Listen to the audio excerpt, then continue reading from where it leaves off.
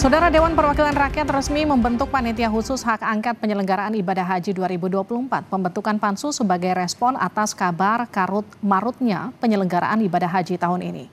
Apa saja yang jadi persoalan? Berdasarkan hasil pemantauan tim pengawas haji DPR, persoalan yang dihadapi jemaah haji antara lain tenda yang lebih dari kapasitasnya, antrian toilet yang bahkan sampai 2 jam, air conditioner atau AC yang mati, hingga fasilitas yang tak ramah untuk kalangan lansia.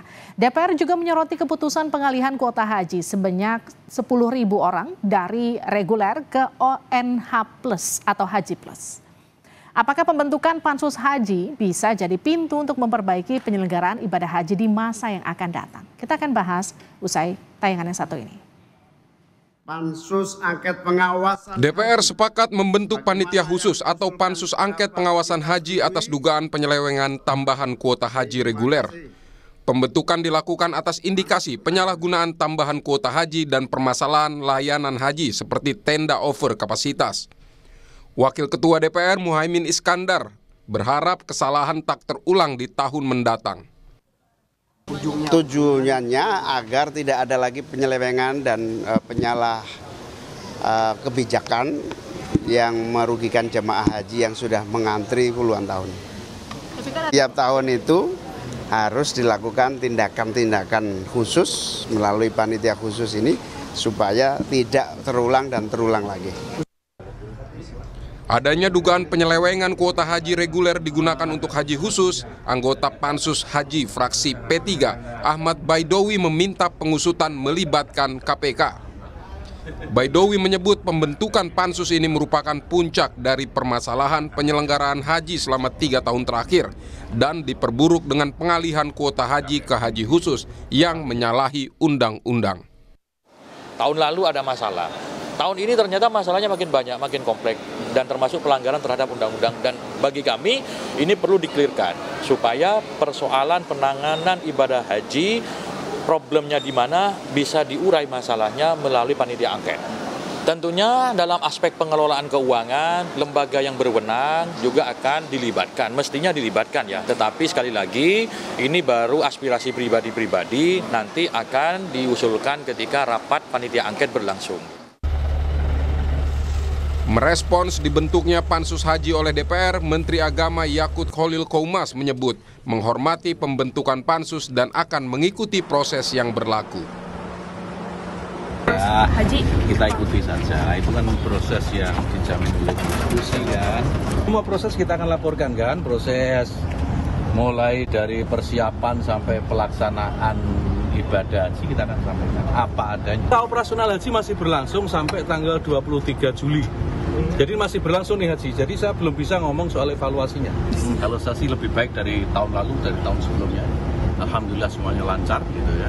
Kalau ada kekurangan sana sini ya pasti namanya kita ini manusia dan hidup di dunia. Pasti ada kekurangan sana sini dan itu yang perlu dilakukan perbaikan. Pembentukan pansus haji didasari sejumlah temuan masalah oleh tim pengawas haji. Di antaranya adalah masalah transportasi haji yang tidak sesuai jadwal, masalah penyimpanan makanan sehingga makanan para jemaah basi dan tidak layak konsumsi, tenda jemaah haji di Arafah yang over kapasitas, dan juga fasilitas berupa toilet yang terbatas. Permasalahan lainnya adalah temuan jemaah non-visa haji yang menyalahgunakan visa ziarah dan umroh. Dan yang paling utama adalah soal pengalihan kuota haji plus yang tidak sesuai undang-undang, di mana seharusnya kuota haji plus tidak boleh lebih dari 8%.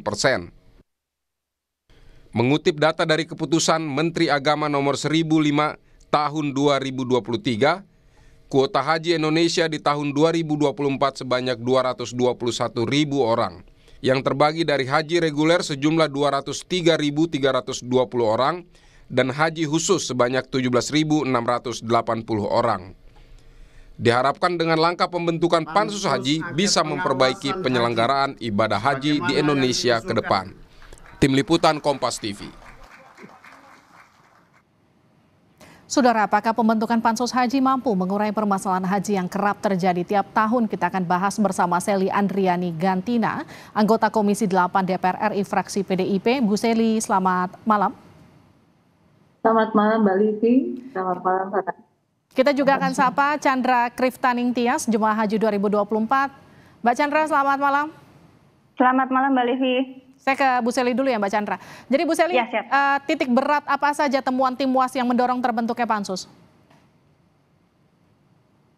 Ya, kalau titik berat kami adalah terkait dengan sistem pelayanan haji yang memang akan dibahas oleh kami, yaitu ada 4 manajemen pembahasan yang akan kita lakukan. Pertama adalah manajemen kuota haji, yang kedua adalah manajemen keuangan haji, yang ketiga adalah manajemen penyelenggaraan ibadah haji, dan yang keempat adalah manajemen yang terkait dengan SDM dan petugas haji.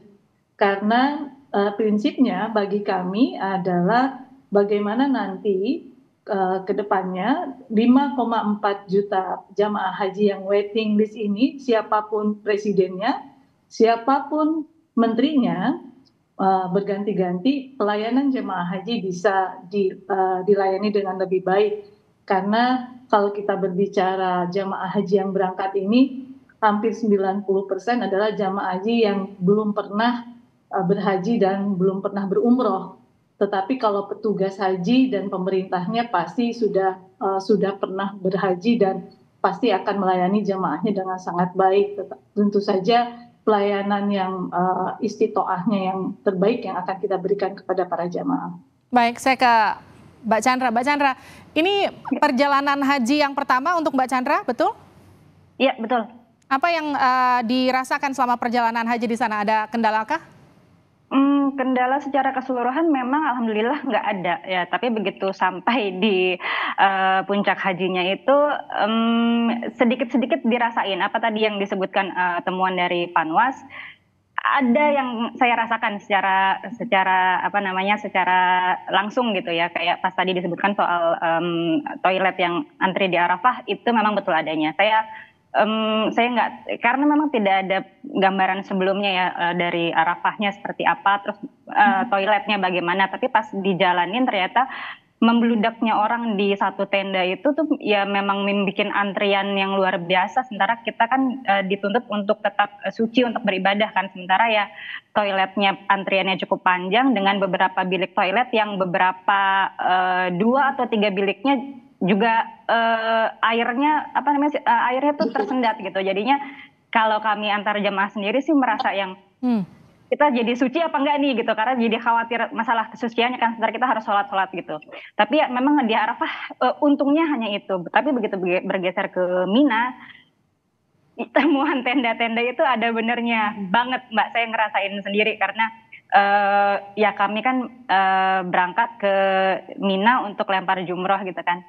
Kebetulan saya posisinya ada di agak belakang gitu, tapi pas dapat info dari teman-teman yang sudah sampai lebih dahulu, teman kita tenda kita ditempatin sama travel lain gitu.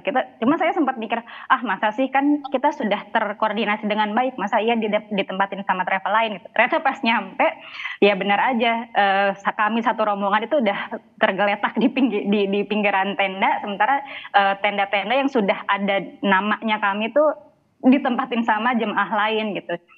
Katanya sih sempat terjadi sedikit perselisihan ya, kami merasa itu punya hak kami yang sudah ada namanya tertempel, tapi jemaah yang tertidur pun juga mereka bisa tidur di tenda itu karena sudah dapat izin dari pihak di sana untuk menempati tenda kami gitu. Sempat terjadi gesekan sampai akhirnya saya kurang tahu dapat dari mana, dapat solusi dari mana, akhirnya jemaah kami dikasih tenda lain yang itu memang posisinya tidak jauh dari tenda kami sebelumnya, tapi dengan jumlah total rombongan kami itu tenda yang kami dapati agak sedikit berkurang gitu. Jadi memang pas waktu itu sih saya merasa lebih masih ibaratnya kalau kita tidur di emperan mungkin nggak masalah gitu ya, sementara yang jemaah lansia yaudah kita dimasukin dulu gitu. Tapi ternyata ya kita sama-sama satu senasib lah. Ayo masuk bareng-bareng aja, tidur bagaimana caranya, yang penting kita merasakan tidur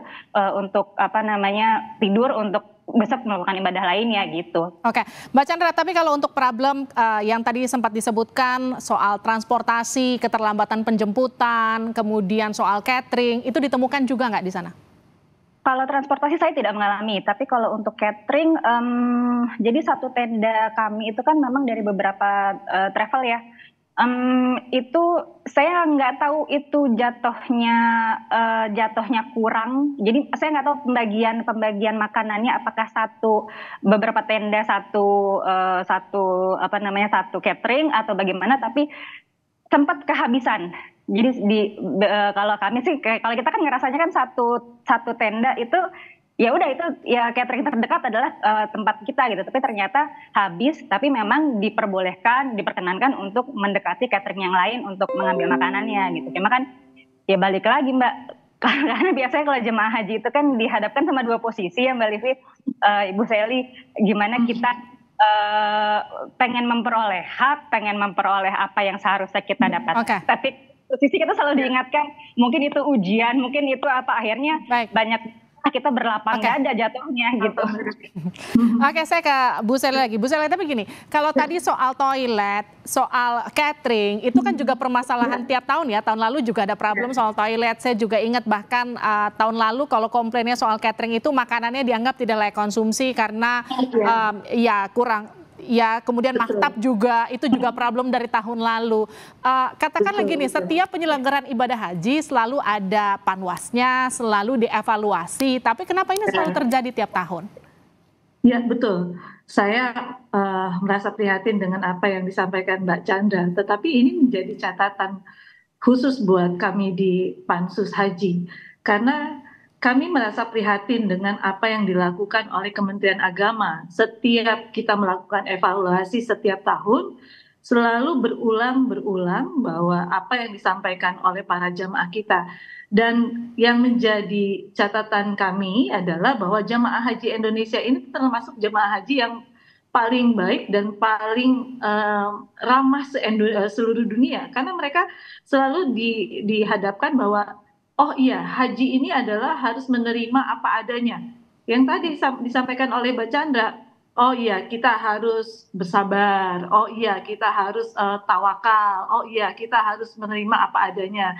Yang disampaikan oleh Mbak Chandra bahwa masalah toilet, masalah yang ada di Ad-Musna dan di Ad-Mina, itu adalah menjadi kewajiban pemerintah Saudi Arabia. Pemerintah selama ini, para jamaah di seluruh Indonesia selalu menyalahkan Kementerian Agama bahwa sebetulnya masalah Ad-Musna ini adalah kewajiban pemerintah Saudi Arabia. Artinya ada kelemahan dari pemerintah Indonesia yang tidak bisa melakukan lobby-lobby yang sangat mendalam dengan pemerintah Saudi Arabia. Bahwa kebutuhan kapasitas selama di Arafah, selama di Musdalifah, selama di Mina, itu adalah tanggung jawab pemerintah Saudi Arabia. Bahwa kebutuhan yang dibutuhkan oleh jamaah kita, berapa jumlah jamaah kita, seharusnya dari awal sudah menjadi tanggung jawab pemerintah Saudi Arabia. Tetapi selama ini kepanitiaan ad hoc yang dilakukan oleh pemerintah Kementerian Agama itu tidak pernah dilakukan maintenance secara baik gitu loh. Nah, kita selalu bilang nih, jumlah jamaah perempuan dengan jumlah jamaah laki-laki ini kan selalu lebih banyak jamaah perempuan. Apalagi tadi disampaikan oleh Mbak Chandra, kalau kita berbicara, mohon maaf, timing. Kalau perempuan dengan laki-laki, kita berbicara waktunya saja. Perempuan pada saat masuk ke toilet, dengan menutup ihramnya saja, dia kan tidak mungkin harus terbuka, benar kan Mbak Chandra ya? Dia masuk ke toilet butuh waktu 10 menit. Sementara kan kalau laki-laki 3 menit saja dia sudah cukup, sudah bisa langsung keluar. Antriannya panjang gitu kan. Terus belum makanan basi. Nah, kalau kemarin harus kami sampaikan juga kepada seluruh masyarakat seluruh Indonesia. Kita juga punya masalah lain, yaitu pada saat kita berbicara tentang visa ziarah. Kemudian kita berbicara tentang visa umroh. Bagaimana pemerintah Saudi Arabia memberikan visa umroh dengan masa waktu yang 90 hari.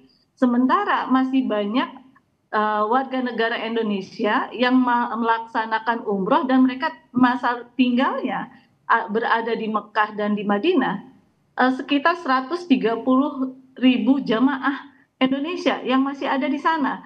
Dan mereka dilakukan sweeping, dan hari ini terbukti masih banyak warga negara Indonesia yang mereka belum kembali ke Indonesia. Baik, dan mereka masih terhambat di sana, dan ini menjadi PR untuk kedutaan Indonesia. Bagaimana kita harus membebaskan warga negara Indonesia. Nah, ini adalah PR-PR yang menjadi pembahasan pansus ke depan. Bagaimana kita harus menertibkan keimigrasian, gitu kan? Oke. Nah, baik. Bu Sely, mohon maaf waktu kita terbatas, tapi intinya gini, kami titipkan ini kepada Pansus Haji supaya kemudian permasalahan yang terjadi setiap tahun ketika kita membahas soal musim haji, permasalahan haji ini tidak kembali terjadi. Karena sebelum-sebelumnya tidak pernah ada Pansus, sekarang sudah ada Pansus. Jadi harapannya Pansus ini bisa menyelesaikan semua persoalan setiap tahun yang terjadi selama ini yang nggak pernah selesai begitu ya Bu Sely ya. Jadi harapan kita ini bisa terselidiki dan juga terselesaikan dengan sangat baik, terutama soal pengalihan kuota haji yang seharusnya maksimalnya 8% dari haji reguler, ini lebih dari 8% begitu. Terima kasih Bu Sely, terima kasih Mbak Chandra sudah bergabung di Sapa Indonesia Malam, sehat-sehat selalu.